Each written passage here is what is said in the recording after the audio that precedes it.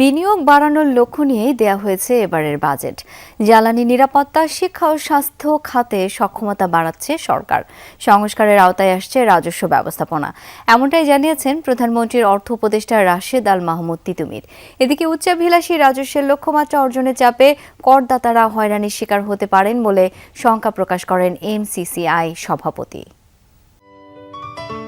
Ceylon টি রপ্তানিতে শীর্ষে।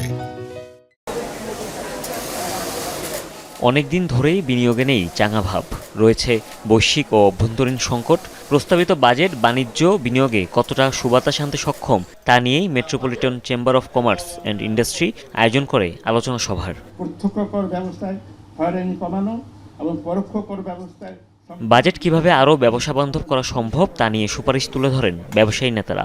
MCCI সভাপতি শঙ্কা প্রকাশ করেন, উচ্চাভিলাষী রাজস্ব আয়ের লক্ষ্যমাত্রা অর্জনের চাপে হয়রানির শিকার হতে পারে মাঠ পর্যায়ে করদাতা ও ব্যবসায়ীরা। এপ্রিল পর্যন্ত এনবিআর যেখানে সংশোধিত লক্ষ্যমাত্রার মাত্র 65% বা 3.27 লক্ষ কোটি টাকা রাজস্ব আহরণ করতে পেরেছে, সেখানে কোনো ব্যাপক কাঠামোগত সংস্কার ছাড়া নতুন অর্থ বছরের রাজস্ব লক্ষ্যমাত্রা অর্জন করা অত্যন্ত দুরূহ। এমসিসিআই আশঙ্কা প্রকাশ করছে যে এই উচ্চাভিলাষী লক্ষ্যমাত্রা অর্জনের চাপের ফলে মাঠ পর্যায়ে করদাতারা হয়রানির শিকার হতে পারেন। অর্থনীতিবিদ ও গবেষকরা বলেন, অর্থনীতিতে স্থিতিশীলতা আনতে বাজেটে বেশ কিছু পরিকল্পনার কথা থাকলেও বাস্তবায়নের রূপরেখা স্পষ্ট নয়। অর্থনৈতিক ম্যাক্রো ইকোনমিক স্ট্যাবিলিটি অক্সিজেনের মতো, এটা যতক্ষণ না থাকে আমরা কেউ খেয়াল করি না। 15-20 ইয়ার্স এই ইনফ্লেশন থাকবে না, কিন্তু country will bear this interest expense for such a long time. আমি বলছিলাম টিপস যেটা হয় যে ইনফ্লেশন লিঙ্কড বন্ড যেটা বাইরে আছে, ওটা যদি ইমপ্লিমেন্ট করা যায়। এ সময় প্রধানমন্ত্রীর অর্থ উপদেষ্টা জানান, নীতির ধারাবাহিকতা রক্ষা, লাল ফিতার দৌরাত্ম্য কমানো ও প্রবৃদ্ধির দিকে সরকার নজর দিচ্ছে বেশি। জ্বালানি নিরাপত্তা নিশ্চিত, শিক্ষা ও স্বাস্থ্যের সক্ষমতা বাড়ানো আর রাজস্ব অর্জনে নেওয়া হয়েছে বিভিন্ন সংস্কারমূলক পদক্ষেপ। জ্বালানি নিরাপত্তা ছাড়া হবে না।